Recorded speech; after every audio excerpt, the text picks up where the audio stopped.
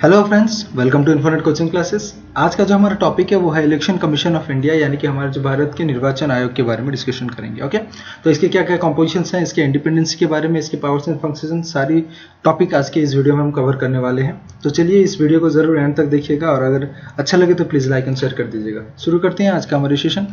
सबसे पहले बात करते हैं इलेक्शन कमीशन के बारे में। अगर हम इलेक्शन कमीशन की बात करें, देखिए the election commission is a permanent and independent body established by the constitution of India directly to ensure free and fair elections in the country. यानी कि इसका जो मेन पर्पस है free and fair elections conduct करवाने के लिए हमारे देश में इसे कॉन्स्टिट्यूट किया गया है, बनाया गया है। और ये जो है परमानेंट बॉडी है और साथ ही साथ इंडिपेंडेंट बॉडी है जो कि कॉन्स्टिट्यूशन के द्वारा डायरेक्टली इसे बनाया गया है। Okay, next Article 324 of the Constitution provides that the power of superintendence, directions and control of election to the Parliament, State Legislature, the Office of President and Vice President of India shall be vested in the Election Commission। ये important है, याद रखें। जो Article 324 है इसमें ये provisions दिए गए हैं या फिर power दिए गए हैं to the Election Commission ताकि ये free and fair elections conduct करवा सकें, साथ ही साथ superintendence कर सकें, directions दे सकें। Okay, regarding the elections to the parliament. Okay, parliament के इलेक्शन, स्टेट लेजिस्लेचर के इलेक्शंस, प्रेसिडेंट और वाइस प्रेसिडेंट के इलेक्शंस के रिगार्डिंग। ओके, चलिए आगे देखेंगे। Thus the election commission is not concern with elections to panchayat and municipalities in the states. तो जैसे कि हमें पता है ये सारे टॉपिक्स या फिर ये सारे मैटर्स, ये सारे बॉडीज के रिलेटेड इलेक्शंस जो होते हैं उसका पावर हमारे इलेक्शन कमीशन के पास है डायरेक्टली, लेकिन ये जो है पंचायत और म्युनिसिपैलिटीज लेवल्स के इलेक्शंस कंडक्ट नहीं कराते जो कि स्टेट्स के अंडर हैं। ओके, वो जो है वो स्टेट्स इलेक्शन कमीशन कंडक्ट करवाते हैं। Thus the election commission is not concerned with the election to the panchayats and municipalities. For this, the Constitution of India provides a separate state elections. Okay, तो ये जो municipalities और पंचायत के elections conduct करवाने के लिए separate state election commissions setup किए गए हैं in the respective states. Okay, आगे बढ़ेंगे, बात करेंगे composition के बारे में।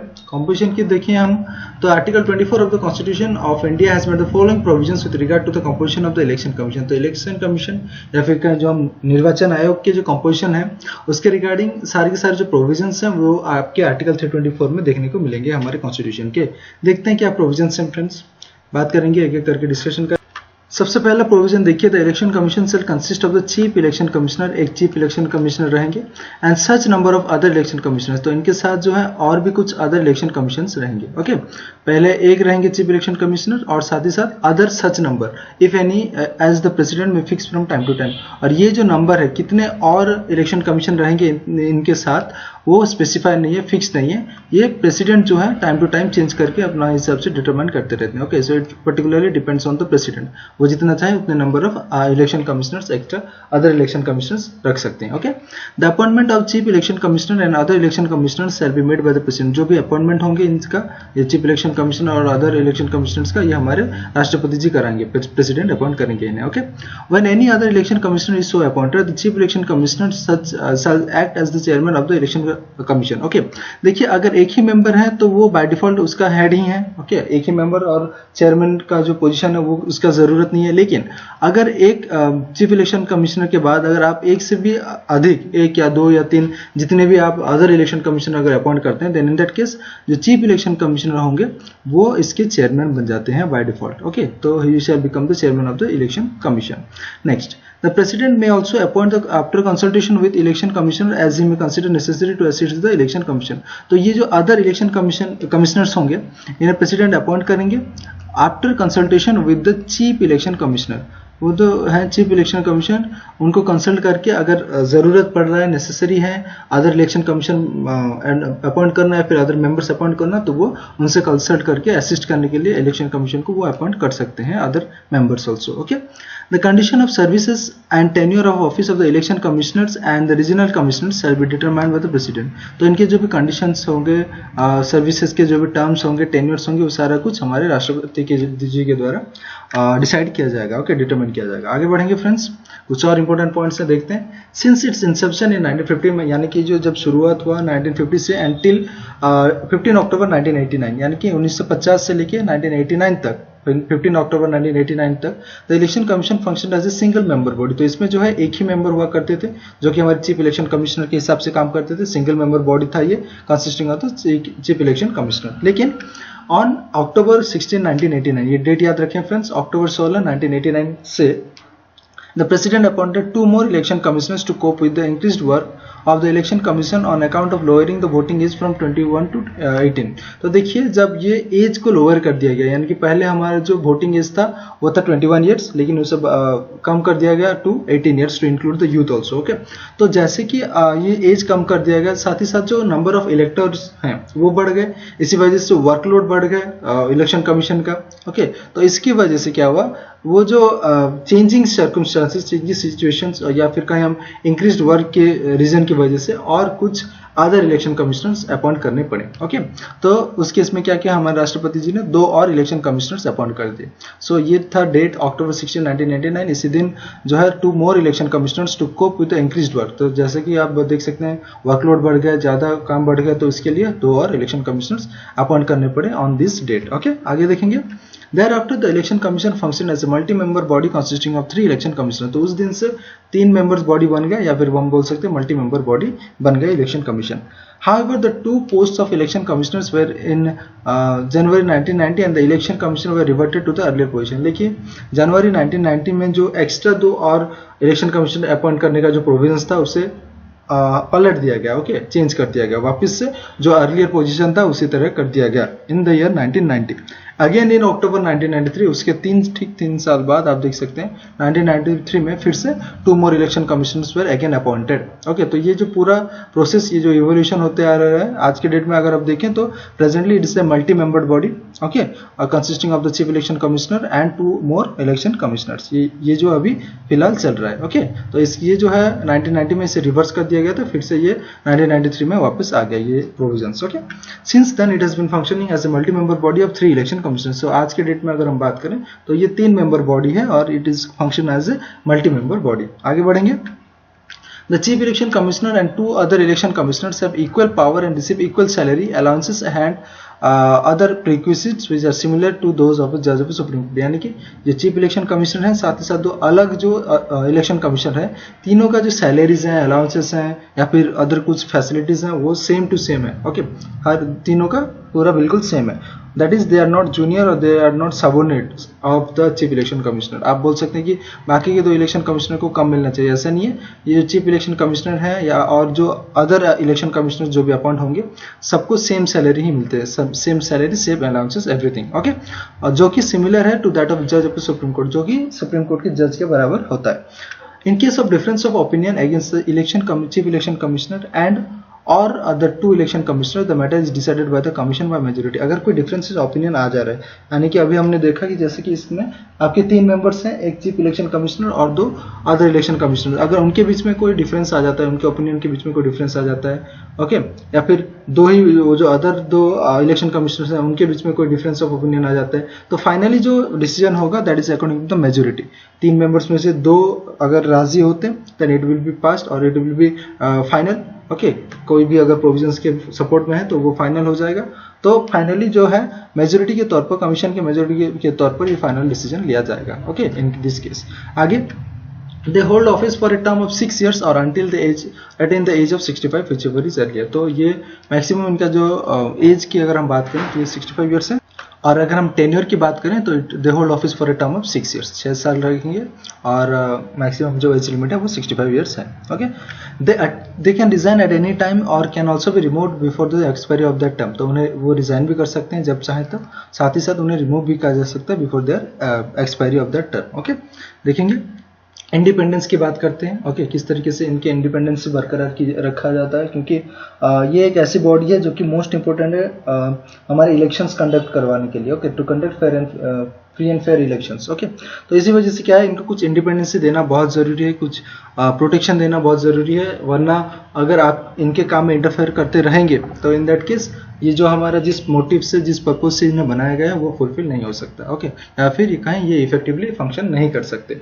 तो उसी वजह से जो इंडिपेंडेंसी का जो कॉन्सेप्ट है वो बहुत ज़रूरी है। So article 324 of the constitution has made the following provisions to safeguard and ensure the independence and impartial functioning of the election commission. तो ताकि ये आर्टिकल इंपॉर्टेंट 324, इसमें ये प्रोविजंस प्रोवाइड किया गया है कि आप किस तरीके से इंडिपेंडेंसी और जो इम्पार्शियल फंक्शनिंग इलेक्शन कमीशन के मेंटेन कर रख सकें। ओके, यानी कि बिना कोई पार्शियलिटी किए ये न्यूट्रल होकर किस तरीके से काम कर सकते हैं उसके रिगार्डिंग देखिए कुछ इंपॉर्टेंट पॉइंट्स डिस्कस करेंगे इसके अंदर। पहला जो है देखिए, the chief election commissioner is provided with the security of tenure. तो इनका जो जैसे कि हमने देखा टेन्योर फिक्स्ड है 6 साल के लिए। He can not be remove from his office except in the same manner and on the same grounds as the जज ऑफ द सुप्रीम कोर्ट। तो उन्हें ऑफिस से रिमूव नहीं किया जा सकता जब तक तब, लेकिन कुछ ग्राउंड्स हैं उसके बेसिस पर ही आप उन्हें रिमूव कर सकते हैं। कौन से ग्राउंड्स? जैसे आप एक सुप्रीम कोर्ट के जज को रिमूव करते हैं उसी तरीके से उसी ग्राउंड्स में और उसी मैनर में आप ही इन्हें रिमूव कर सकते हैं। On the same grounds as well as same manners the chief election commissioner can be removed. Okay, in other words अगर हम कहें, he can be removed by the president in the basis of a resolution pass by the parliament. अगर parliament एक resolution pass करती है इन्हें remove करने के लिए, with special majority of both the houses. Okay, दोनों हाउसेस से स्पेशल मेजोरिटी में पास होना चाहिए। Either on the grounds of proved misbehaviour और इनकैपेसिटी। तो ग्राउंड्स कौन कौन से होने चाहिए, बेसिस कौन कौन से होने चाहिए? प्रूव्ड मिसबिहेवियर और इनकैपेसिटी। तो ये दो ग्राउंड्स के बेसिस पे ही आप इन्हें रिमूव कर सकते हैं। Thus he does not hold office till the pleasure of the president। तो ये जो नो डाउट इन्हें प्रेसिडेंट अपॉइंट करते हैं, लेकिन ये प्रेसिडेंट जब तक चाहे तब तक इन्हें नहीं रख सकती, यानी कि ये तब तक ऑफिस होल्ड नहीं करेंगे। Okay, the tenure of the chief election commissioner does not depend upon the pleasure of the president. Okay, तो ये पॉइंट इंपॉर्टेंट है, इन्हें एक सिक्योरिटी ऑफ टेन्योर प्रोवाइड किया गया है। Second, the service conditions of the chief election commissioner can not be varied to his disadvantage after his appointment. तो appointment करने के बाद, यानी कि अपॉइंटमेंट हो जाने के बाद इनके जो सर्विस कंडीशंस को आप वेरी नहीं कर सकते, चेंज नहीं कर सकते टू हिज डिसएडवांटेज। ओके, ऐसा कुछ नहीं कर सकते कि इनके डिसएडवांटेज के या फिर इनके अगेंस्ट में कोई ऐसा कंडीशंस आप इशू नहीं कर सकते। Okay, any other election commissioner और regional commissioner can not be remove from office except on the recommendation of the chief election commissioner. तो बाकी के जो अदर इलेक्शन कमिश्नर रहेंगे, ओके, उन्हें भी आप रिमूव नहीं कर सकते, लेकिन ये कब रिमूव होंगे? अगर हमारे चीफ इलेक्शन कमिश्नर रिकमेंड करते हैं, then in that case only the other election commissioners can be remove. Okay, लेकिन अगर चीफ इलेक्शन कमिश्नर को रिमूव करना हो, then in that case you have to follow the entire procedures as that of the removal of the जज of the supreme court. Okay, आगे बढ़ेंगे friends, कुछ और इंपोर्टेंट पॉइंट डिस्कस करते हैं। Though the Constitution has ought to safeguard and ensure the independence and impartiality of the election commission, some flaws can be noted। तो no doubt Constitution में कुछ safeguards, कुछ provisions बनाए गए हैं ताकि इनको इंडिपेंडेंसी मिल सके, impartial रह सके हमारे इलेक्शन कमीशन, लेकिन आपको कुछ फ्लॉज, कुछ ड्रॉबैक्स, कुछ लूपहोल्स देखने को मिलेंगे। ओके, क्या है वो फ्लॉज देखते हैं। ये कुछ है, देखिए फर्स्ट ऑफ ऑल देखिए, the constitution has not prescribe the qualifications. कोई क्वालिफिकेशंस नहीं है कि कौन इलेक्शन कमिश्नर बनेंगे, ऐसा कोई फिक्स टेन्योर नहीं है। यानी कि देखिए आप ना लीगल क्वालिफिकेशंस, ना एजुकेशनल, एडमिनिस्ट्रेटिव और जुडिशियल, ऐसा कोई क्वालिफिकेशंस फिक्स नहीं की गई है। Okay, of the members of the election commission, जो भी मेंबर्स होंगे इलेक्शन कमीशन के, उनके क्वालिफिकेशंस नहीं है, तो ये एक फ्लॉ है। Next, the constitution has not specified the term of the members of the election commission. तो जो मेंबर्स हैं उनके टर्म स्पेसिफाई नहीं किया गया है। ओके, मेंबर्स के टर्म फिक्स नहीं है, लेकिन आपके चीफ इलेक्शन कमिश्नर के जो टर्म्स हैं वो 6 ईयर्स हैं। ये डिफरेंस याद रखें। ओके, इससे कंफ्यूज हो सकते हैं, इससे कंफ्यूजन करने वाली क्वेश्चंस भी पूछे जा सकते हैं। ओके, मेंबर्स के टेन्योर फिक्स नहीं है, टर्म फिक्स नहीं है, लेकिन आपके चेयरमैन के फिक्स है 6 years. Next, the constitution has not debarred the retiring election commissioners from any further appointment by the government। यानी कि आफ्टर रिटायरमेंट भी ये किसी दूसरे जॉब में या फिर किसी दूसरे ऑफिस होल्ड कर सकते हैं। ओके, तो इसमें जो है it is they are not being debarred the retiring elections commissions from any further appointment by the government. यानी कि आप अगर रिटायर्ड हो जाते हैं as a chief election commissioner और as an member of the election commission, उसके बाद भी आप दूसरे पोजीशंस में अपॉइंट हो सकते हैं बाय द गवर्नमेंट। ओके, तो that means you are not debate. तो ये भी एक फ्लॉ है इस पर्टिकुलर टॉपिक के। Okay, next powers and functions की बात करेंगे।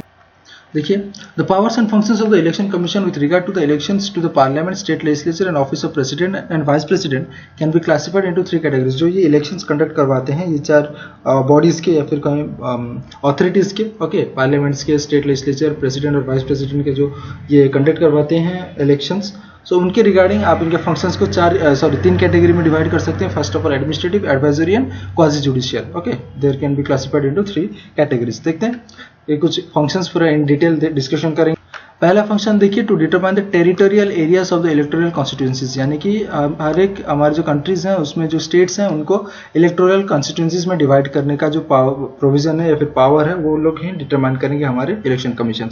तो टेरिटोरियल एरिया कौन से कितने एरिया पर्टिकुलर कॉन्स्टिट्यूंसी में आएगा इलेक्टोरल कॉन्स्टिट्यूंसी में, वो ये डिटरमाइन करते हैं। Secondly, to prepare and periodically revise electoral rules. अगर इलेक्टोरल रूल्स को रिवाइज करते रहना, and to register all eligible voters, साथ ही साथ जो जितने भी एलिजिबल वोटर्स आ रहे हैं नए जो जुड़ रहे हैं या फिर कोई कम हो रहे हैं ओके ड्यू टू डेथ और एनी रीजन, तो उनको मेंटेन करना, वो जो इलेक्टोरल रूल्स है उसे पूरा कंप्लीटली मेंटेन रखना, वो भी फंक्शन है इस इलेक्शन कमीशन का। Okay, to notify the dates and schedules of election, साथ ही साथ जो डेट्स होंगे शेड्यूल्स होंगे किस तरीके से कौन से स्टेट में किस टाइम पे किस तरीके से आपके इलेक्शंस कंडक्ट करवाए जाएंगे, and to scrutinise nomination paper, nomination papers को एनालाइज करना, चेक करना, ये भी प्रोविजंस ये भी पावर्स इनका है।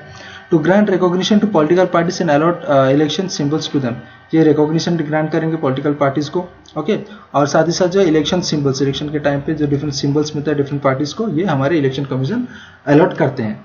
Next, to appoint officers for inquiring into disputes relating to electoral arrangements, अगर इलेक्टोरल अरेंजमेंट से रिगार्डिंग कोई डिस्प्यूट्स आ रहे हैं तो उसके ऊपर इंक्वायरी करने का ओके करने के लिए ऑफिसर्स भी अपॉइंट कर सकते हैं। आगे देखेंगे कुछ और हैं। नेक्स्ट जो है to act as a court for settling disputes, ये एक कोर्ट की तरीके से काम कर सकती हैं for settling disputes relating to granting of recognition to political parties and allotment of election symbols to them, तो जो सिंबल्स अलॉटमेंट और जो रिकॉग्निशन मिलने के रिलेटेड जो भी डिस्प्यूट्स होंगे अगर कुछ, तो इन that case the decision of the election commission will be final, और ये एक कोर्ट की तरह काम करते हैं और डिस्प्यूट सेटल करने में हेल्प करते हैं। Okay, to determine the code of conduct, ये इंपॉर्टेंट है, जो जब भी इलेक्शंस के टाइम पे आपने सुना होगा कोड ऑफ कंडक्ट लागू हो जाता है, तो ये जो कोड ऑफ कंडक्ट क्या क्या रहेंगे, क्या क्या करना चाहिए, क्या क्या नहीं करना चाहिए, ये सारा कुछ जो है डिटरमाइन करते हैं हमारे इलेक्शन कमीशंस ओके, जो कि that should be observe by the parties and candidates at the time of election, जो कि पार्टीज और कैंडिडेट्स को फॉलो करना पड़ेगा, mandatory okay. Next, to prepare a roster for the publicity of the policies of the political parties on radio and TV in times of election, तो election के time पे जो प्रचार होते हैं ओके जो पब्लिसिटी होते हैं उससे रिलेटेड भी ये सारे प्रोविजंस बनाएंगे, कुछ रेगुलेशंस बनाएंगे, इसके अकॉर्डिंग ये अपना जो पॉलिटिकल पार्टीज हैं या फिर कैंडिडेट्स हैं अपना प्रचार कर सकते हैं।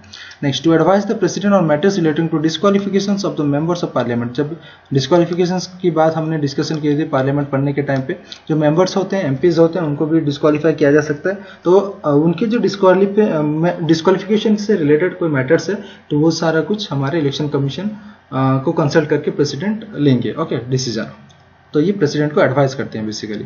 To advice the governor on matters relating to disqualifications of the member of the state, states के लेजिस्लेचर में भी यही होता है प्रोविजन कि गवर्नर को अगर किसी को डिस्क्वालीफाई करना हो तो वो कंसल्ट करेंगे इलेक्शन कमीशन से, उससे बातचीत करेंगे और इलेक्शन कमीशन जिस तरीके के एडवाइस देंगे उसके अकॉर्डिंग ये फाइनल डिसीजन लेंगे अपना okay regarding the disqualifications of the members. आगे नेक्स्ट देखिए कुछ और functions.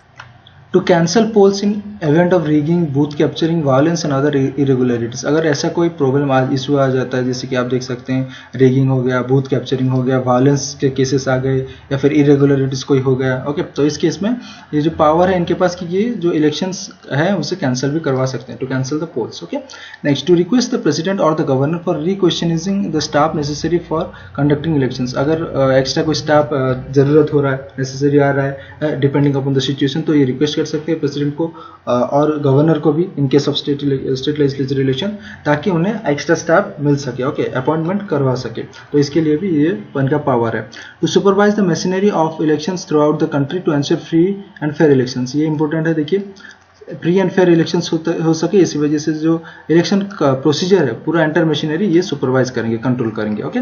To advise the president whether elections can be held in state under president rules और in order to extend the period of emergency up to 1 year, यानी कि अगर कोई state में पर्टिकुलर स्टेट में प्रेसिडेंट रूल लगा हुआ है, इमरजेंसी स्टेट इमरजेंसी का सिचुएशन है, देन इन दैट केस ये प्रेसिडेंट को एडवाइस करेंगे कि अभी आप इलेक्शंस कंडक्ट करवाएंगे कि नहीं, कंडक्ट करवा सकते हैं या नहीं, उससे रिलेटेड ये एडवाइस दे सकते हैं ओके। तो ये भी इंपॉर्टेंट एक फंक्शन बन जाता है regarding the election commission. Next, to register political parties को रजिस्टर करेंगे for the purpose of elections conduct करवाने के टाइम पे, and grant them the status of national और स्टेट पार्टीज, जो नेशनल पार्टीज होते हैं कौन से स्टेट पार्टीज होंगे वो जो स्टेटस उन्हें मिलता है ओके, तो वो हमारे इलेक्शन कमीशन देते हैं उन्हें okay on the basis of their poll performance के बेसिस पे उन्हें द नेशनल पार्टीज डिक्लेयर किया जा सकता है या फिर स्टेट पार्टीज या फिर कुछ ऐसे जो नया पार्टीज अगर कोई कॉन्स्टिट्यूट हुई तो उन्हें आके रजिस्टर करना पड़ेगा इलेक्शन कमीशन के पास, then only they can contest for the elections okay. तो ये सारा कुछ हो गया आपके powers and functions of the EC. आगे बढ़ेंगे फ्रेंड्स, बात करेंगे कुछ और पॉइंट्स के बारे में okay. The election commission is assisted by the deputy election commissioner. तो जो इलेक्शन कमिश्नर है इस केस में आपको डेप्यूटी इलेक्शन कमिश्नर्स भी देखने को मिलेंगे। ओके, और they are drawn from the civil service and appointed by the commission with tenure system. तो ये जो है जो डेप्यूटी इलेक्शन कमिश्नर्स होंगे ये सिविल सर्विसेज के जो क्वालिफाई करते हैं या फिर सिविल सर्विसेज जो में से जो होंगे पर्सन्स उन्हें अपॉइंट किया जाता है with tenure system, tenure basis पे इन्हें अपॉइंटमेंट मिलता है। They are assisted in turn by the secretaries. ये जो डेप्यूटी इलेक्शन कमिश्नर्स होंगे इनके साथ इनको भी असिस्ट करने के लिए आपको सेक्रेटरीज दिए जाएंगे, joint secretaries, deputy secretaries and under secretaries posted in the secretariat of the commission. तो डिफरेंट सेक्रेटरीज भी आपको प्रोवाइड किए जा सकते हैं for the assistance of these deputy election commissioners. Okay, secretaries, joint secretaries, deputy secretaries और secretaries अगर हो तो okay. At the state level, the elections commission is assisted by the chief election commissioner in consultation with the state government. जो अगर हम बात करें state level के इलेक्शंस की जब भी कंडक्ट करवाए जाएंगे स्टेट लेजिस्लेचर्स के, देन इन दैट केस जो हमारा सेंटर का इलेक्शन कमीशन है that is to be assisted by the particular assisted by the chief election commissioner in the consultation with the state government. State government उन्हें उस state government को consult करके उस case में जो है वहाँ के उस पर्टिकुलर स्टेट के जो इलेक्शन कमिश्नर होंगे चीफ इलेक्शन कमिश्नर वो उन्हें असिस्ट करेंगे। Below this at the district level the collector as the district returning officer. अगर आप डिस्ट्रिक्ट लेवल की बात करें जो कलेक्टर होते हैं हमारे वो डिस्ट्रिक्ट रिटर्निंग ऑफिसर के तौर पे काम करते हैं। ओके, और ये जैसे इलेक्शन रिलेटेड मैटर्स ये संभालते हैं। आगे he appoints a returning officer for every constituency in the district and presiding officer for every polling booth in the constituency.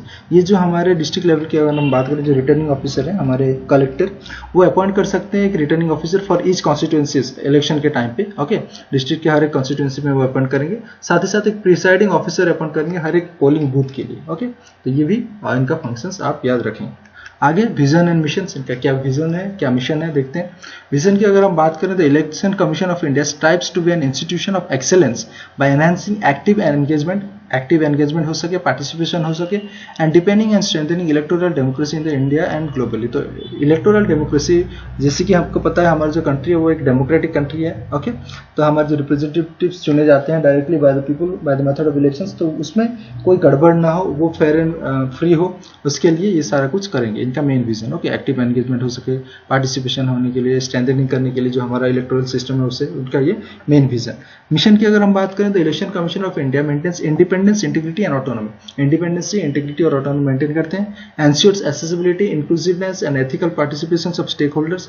ये चाहते हैं कि हर एक जो वोटर्स हैं वो पार्टिसिपेट करें और अपना एक रिप्रेजेंटेटिव चुनने में हेल्प करें हमारी कंट्री की। Okay, adopt highest standards of professionalism for delivering free, fair and transparent elections to strengthen the trust in electoral democracy and governance. यानी कि जो इलेक्टोरल डेमोक्रेसी और गवर्नेंस के ऊपर एक भरोसा बनाने का जो भरोसा करने का जो बात है उस केस में ये कुछ भी कर सकते हैं उसके लिए, यानी कि free, fair and transparent elections करने के लिए अपना हाई स्टैंडर्ड्स सेटअप करेंगे, कुछ टेक्निकलिटीज लाएंगे। ओके, तो ये सारा कुछ इनका मिशन है। To only the purpose is to conduct free and fair elections okay and maintain the democracy and governance in proper order. Next कुछ गाइडिंग प्रिंसिपल्स हैं इनके रिगार्डिंग, ये जो भी करवाएंगे इसके रिगार्डिंग कुछ प्रिंसिपल्स इन्हें फॉलो करना पड़ता है, तो उस गाइडिंग प्रिंसिपल्स के अकॉर्डिंग ये अपना सारा कुछ फंक्शनिंग करते हैं। देखते हैं the commission has laid down for itself guiding principles of good governance. Good governance के लिए खुद के जो प्रिंसिपल्स हैं कुछ ये बनाए हुए हैं। To uphold the values enshrined in the constitution, equity, impartiality, independence. ये कुछ इंपॉर्टेंट वर्ड्स आप याद रखें। Equity, impartiality, independence and rule of law in superintendence, direction and control over the electoral governance. तो ये जो है ये सारा कुछ मेंटेन करेंगे। Okay, next to conduct elections with highest standard of credibility, freeness, fairness, transparency, integrity। तो freeness, fairness, transparency हो गया, integrity के साथ accountability, autonomy and professionalism, ये सब कुछ को नज़र में रखते हुए ये कंडक्ट करवाएंगे elections। To ensure participation of all eligible citizens, यानी कि हर जितने भी आपके eligible citizens हैं हर कोई वोट डालने आए और हर कोई पार्टिसिपेट करे इन चूजिंग द रिप्रेजेंटेटिव्स, ये इनका मेन मोटो रहता है in the election process. And in an inclusive, voter centric and voter friendly environment, एक voter friendly environment, voter centric environment provide करने का भी इनका मोटो रहता है। Okay, to engage with political parties and all stakeholders in the interest of electoral process. हर एक electoral process जो कंडक्ट किया जाएंगे उसमें आपको पॉलिटिकल पार्टीज को एंगेज करने के लिए या फिर साथ ही साथ जो अदर स्टेक होल्डर्स हैं ओके वोटर्स हैं उनको भी इंक्लूड किया जा सके, एंगेज किया जा सके। To promote awareness about electoral process, electoral process से रिगार्डिंग आप अवेयरनेस प्रमोट कर सकते हैं। Okay, electoral governance among stakeholders, यानी कि जो वोटर्स होते हैं namely voters, political parties, election functionaries, candidates, तो इनको अवेयर करवाने का काम जो है वो हमारे इलेक्शन कमीशन का है। And people at large and to enhance and strengthen confidence and trust in the electoral system of country. साथ ही साथ जो है कॉन्फिडेंस और ट्रस्ट बना रहे लोगों का और इलेक्टोरल सिस्टम के ऊपर, इलेक्शन सिस्टम के ऊपर, इसका भी इनका मेन एम रहता है। आगे देखिए कुछ और भी है। To develop the human resources for effective and professional delivery of electoral services. तो ह्यूमन रिसोर्सेज भी डेवलप करेंगे, ओके, क्योंकि ये बहुत ज़रूरी है ह्यूमन रिसोर्सेज डेवलप करना, क्योंकि आज के डेट में अगर हम देखें पॉपुलेशन बढ़ रहा है, साथ ही साथ जो है नंबर ऑफ वोटर्स बढ़ रहे हैं, तो इलेक्शंस कंडक्ट करवाने के लिए लिमिटेड रिसोर्सेज हैं, तो रिसोर्सेज की ज़रूरत पड़ेगा। तो ये भी इनका मेन प्रिंसिपल रहता है कि ये किस तरीके से ह्यूमन रिसोर्स को इफेक्टिवली डेवलप कर सकें। To build quality infrastructure for smooth conduct of electoral process. किस तरीके से पोलिंग बूथ्स कंडक्ट किया जाएगा, कॉन्स्टिट्यूंसीज डिवाइड किए जाएंगे, ऑफिसेज बनाए जाएंगे, या फिर कुछ ऐसा जो भी इंफ्रास्ट्रक्चर से रिलेटेड मैटर्स हैं वो भी कंडक्ट करेंगे, क्वालिटी इंफ्रास्ट्रक्चर, ताकि आपके इलेक्शन प्रोसेस में कोई प्रॉब्लम ना आए। They can conduct the election process smoothly. Next जो है to adopt technology for improvement in all areas of electoral process, यानी कि इलेक्टोरल जो प्रोसेस है उसमें इम्प्रूवमेंट करने के लिए ये टेक्नोलॉजिकल डेवलपमेंट्स भी कर सकते हैं। जैसे कि आप अभी आज के डेट में देख सकते हैं ईवीएम्स हैं, वीवीपैट्स का इंट्रोडक्शन भी हो गया है इलेक्शन प्रोसीजर में। तो ये सारा कुछ टेक्नोलॉजिकल डेवलपमेंट के अंडर आता है, जो कि एक smooth and fair election process के लिए बहुत ज़रूरी है। Okay, to strive for adoption of innovative practices, साथ ही साथ एक ये कुछ इनोवेटिव प्रैक्टिसेस भी इम्प्लीमेंट करने का जो प्रोविजंस है ये कर सकते हैं। For achieving excellence and overall realisation of the visions and mission, अपने मिशंस को, अपने विजन को रियलाइजेशन करने के लिए, फुलफिल करने के लिए ये इनोवेटिव प्रैक्टिसेस भी इंट्रोड्यूस करवा सकते हैं। To contribute towards the reinforcement of democratic values by maintaining and enforcing confidence and trust if the people in the electoral systems of the country, यानी कि लोगों के बीच में कॉन्फिडेंस होना चाहिए, ट्रस्ट, विश्वास राइज करना बहुत ज़रूरी है रिगार्डिंग द इलेक्शंस, क्योंकि इलेक्शंस ही एक ऐसा प्रोसेस है जिसमें आप अपने जो सरकार है वो चुनते हैं, अपने रिप्रेजेंटेटिव्स चुनते हैं, और खुद के लिए आप डिफरेंट पॉलिसीज एस्टिमेट करने के लिए, पॉलिसीज फॉर्मुलेट करने के लिए एक डिसीजन लेते हैं। ओके, तो इसी वजह से ये सारा जो गाइडिंग प्रिंसिपल्स है बहुत ज़रूरी है। साथ ही साथ आपके जो इलेक्शन प्रोसेस वो बहुत इंपॉर्टेंट बन जाता है। ओके, तो आज के साथ इसी के साथ देखिए फ्रेंड्स, आज का वीडियो हमारा खत्म होता है। Thank you friends, thanks for watching.